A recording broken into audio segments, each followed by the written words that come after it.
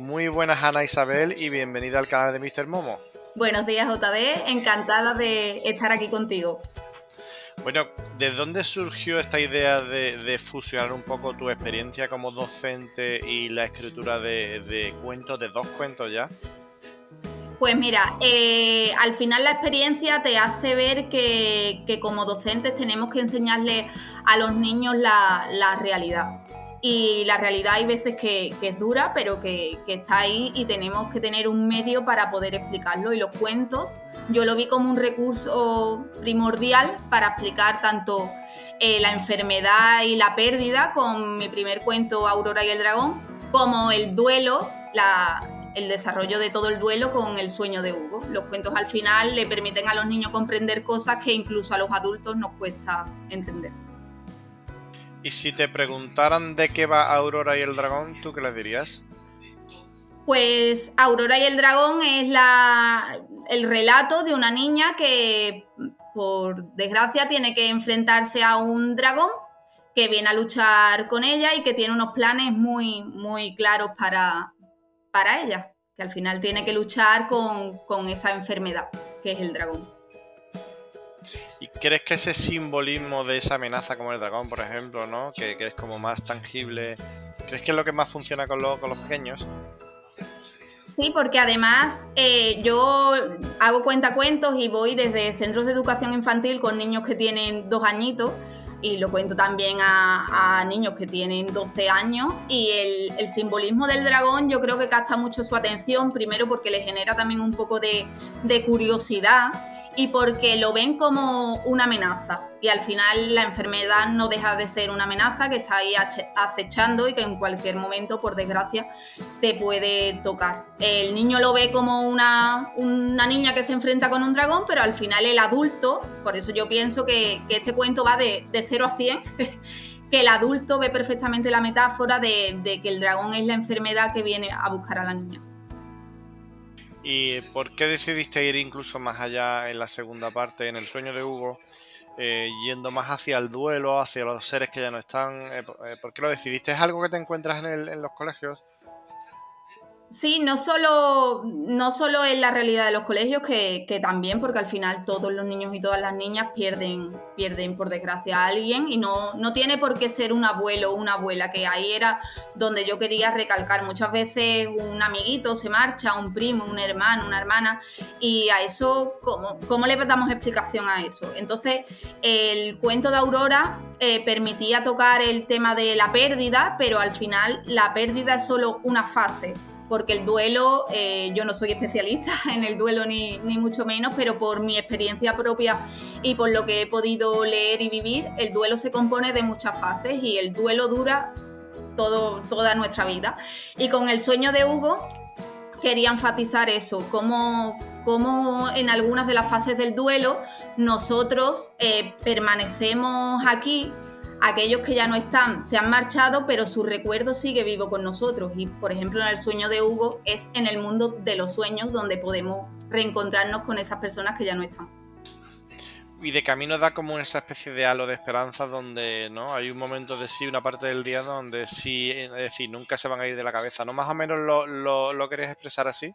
Exactamente, al final es como una forma que tú tienes de seguir conectando con tus seres queridos, de que aunque tú no lo veas físicamente, tú sabes que ellos están allí, y los sueños es una forma, bajo mi experiencia, yo no dejo de soñar con Aurora, con mi sobrina, yo no dejo de soñar con mis abuelas, eso sigue, y yo sé que cumpliré muchos años más si todo va bien, y ellas van a seguir presentes en mi vida, aunque físicamente no las tenga conmigo.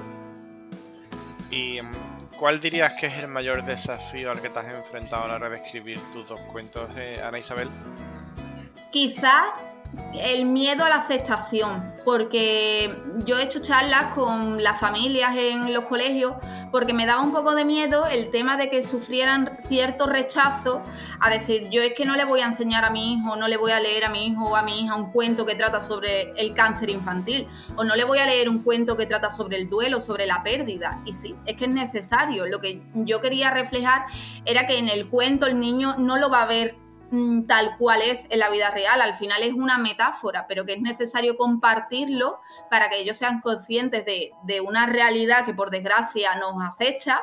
Y ese era mi miedo, la aceptación de las familias, pero al final todo lo contrario. Las familias me dicen gracias porque es un recurso que puedo utilizar y he utilizado porque ha fallecido tal persona y le cuento este cuento a mi hijo o a mi hija y puede llegarlo a entender un poquito más. ¿Y ha habido adultos que también te han agradecido para ellos esa manera de expresar, ¿no? Eso de esa liberación que significa tus cuentos, sobre todo en el del duelo también? Porque muchas veces son cuestiones que como adultos parece que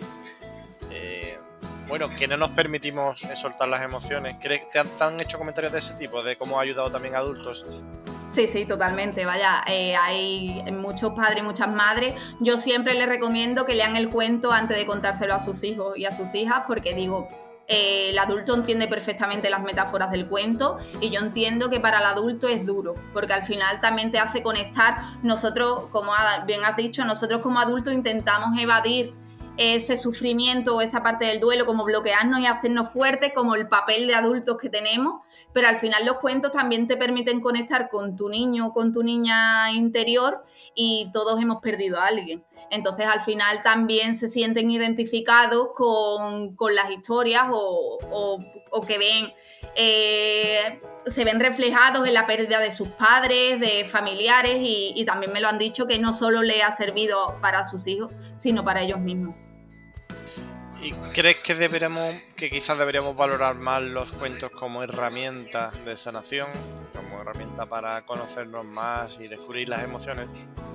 Sí, yo pienso que es una herramienta fundamental. En el ámbito de la docencia, yo creo que es una herramienta clave porque los niños y las niñas tienen una capacidad de aprender y de comprender que muchas veces los adultos subestimamos. Y los cuentos es una herramienta fundamental en el aula, pero tanto dentro como fuera de ella, porque conozco psicólogos que han utilizado el cuento, por ejemplo, de Aurora y el dragón, porque el sueño de Hugo lleva muy poquito tiempo, el cuento de Aurora y el dragón como una herramienta en sus terapias en relación con el duelo y con la pérdida. Entonces creo que es una herramienta clave. Y Ana Isabel, ¿qué opinión o qué reseña te ha emocionado más de todas las que han hecho tanto las que pueda ver en internet como las que te han podido hacer en persona? Pues la verdad que familias que han perdido a niños, a hijos, a sobrinos, por ejemplo, el testimonio de una madre que su hijo compartió planta en el hospital de Sevilla con mi sobrina en el proceso de la enfermedad, me habló y ella también había perdido a su hijo. Y me dio las gracias porque vio como en ese cuento podía reflejar el proceso que ella como madre también había vivido y que al final el cuento era una forma de seguir ayudando, porque yo siempre lo digo y como que lo llevo por bandera, mi sobrina se marchó, pero aquí se ha quedado su familia para seguir ayudando a esos niños y niñas que día a día luchan con esos dragones. Claro. Y ¿nos puedes dar alguna exclusiva sobre ideas que tengas para más cuentos en el futuro? Pues no sé, la verdad, si te soy súper sincera, no lo sé, porque cuando salió el de Aurora, me acuerdo la primera entrevista que me hicieron, me preguntaron, ¿habrá otro? Y yo ahí dije, no lo sé, lo dejé abierto. Con este sí sé que la historia de Aurora termina. Que en un futuro vengan otras historias, puede ser. Ahí yo abro la posibilidad y puede ser, pero la historia de Aurora y de su hermano Hugo con esto cierra aquí. Pues seguro que sí, como persona creativa que sabemos que eres, seguro que vendrán muchas más de muchos temas y además libros que son tan visuales, ¿no? Y accesibles como necesarios, ¿no? Porque te explican de una manera muy accesible algo que puede ser complicado si no sabes cómo hacerlo. Pues Ana Isabel, muchísimas gracias por atender al canal de Mr. Momo y enhorabuena por El sueño de Hugo y por Aurora y el dragón que bueno, como te he dicho, tienen ese compendio perfecto entre aprendizaje y bueno, libros que son muy visuales y que son agradables, ¿no?, de leer para los pequeños o para los adultos que acompañan a los pequeños. Muchísimas gracias. Muchísimas gracias a vosotros y para lo que necesitéis, aquí estoy.